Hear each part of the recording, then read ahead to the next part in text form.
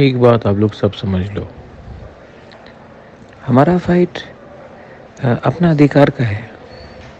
सब लोग बोल रहे हैं कि आप इनसे क्यों बात कर रहे हो, उनसे क्यों बात कर रहे हो। हम सबसे बात करेंगे जो हमें हमारा अधिकार देगा, और जो हमारा अधिकार हमको डिनाई करेगा, जो भी पार्टी हो, बीजेपी हो, सीपीएम हो, कांग्रेस हो, कोई भी हो, तो हम लोग वो पार्टी का विरोध करेंगे।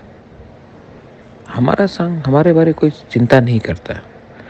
पूरे हिंदुस्तान को सिर्फ अगरतला में क्या है उसके बारे चिंता है।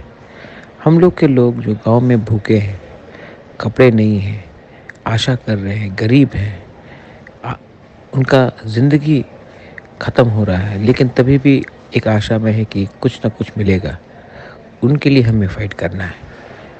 जो लोग बड़ा बड़ा बात करते हैं, 70 साल में क्या किया, सीपीएम ने क्या किया, कांग्रेस ने किया किया और अब बीजेपी क्या कर रहा है।